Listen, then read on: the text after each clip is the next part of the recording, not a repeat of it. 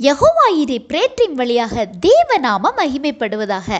உங்களையும் இந்த சேனலுக்கு வெல்கம் பண்ணுறேன். பிரியமானவர்களே, நாம் இப்பொழுது பார்க்கவிருக்கிற வேத பகுதி சங்கீதம் 34:19. இதன் முதல் பகுதியை முதல்ல பார்ப்போம். நீதிமானுக்கு வரும் துன்பங்கள் அநேகமாக இருக்கும்.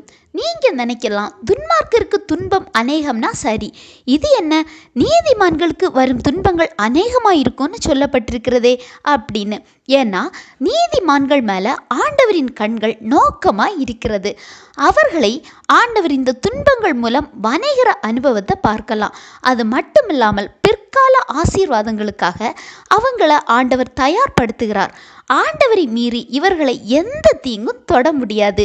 இந்த துன்பங்கள் வழியாக நிறைய பாடங்களை நீதிமான்கள் கற்றுக்கொள்ள முடியும். நீதிமான்களாய் வாழ்கிற ஒரு மனிதன் துன்பங்களை பார்த்து பயப்பட தேவையில்லை, தளர்ந்து போக தேவையில்லை.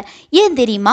சங்கீதம் 34:17 பார்க்கும்போது, நீதிமான்கள் கூப்பிடும்போது கர்த்தர் கேட்டு அவர்களை அவர்களுடைய எல்லா உபத்திரவங்களுக்கும் நீங்களாக்கி விடுவிக்கிறார்னு பார்க்கலாம். நீதிமொழிகளில் பார்த்தீங்கன்னா, நீதிமான் 7 தரம் விழுந்தாலும் திரும்பவும் எழுந்திருப்பான் அப்படின்னு பார்க்கலாம். பிரியமானவர்களே, பைபிளில் யோபுவை பார்த்தீங்களா? அவர் பட்ட துன்பத்திற்கு அளவுண்டா? அவர் அடைந்த கஷ்டத்துக்கு அளவுண்டா? ஆனால் அவரது பின் நிலைமை 2 மடங்கு ஆசீர்வாதத்தினால் நிறைந்தது. நீங்கள் துன்பங்கள் வரும்போது கலங்காதீங்க. இந்த வசனத்தின் 2வது பகுதியில் பார்க்கும்போது, கர்த்தர் அவைகள் எல்லாவற்றிலும் நின்று அவனை விடுவிப்பார் அப்படின்னு சொல்லப்பட்டுள்ளது.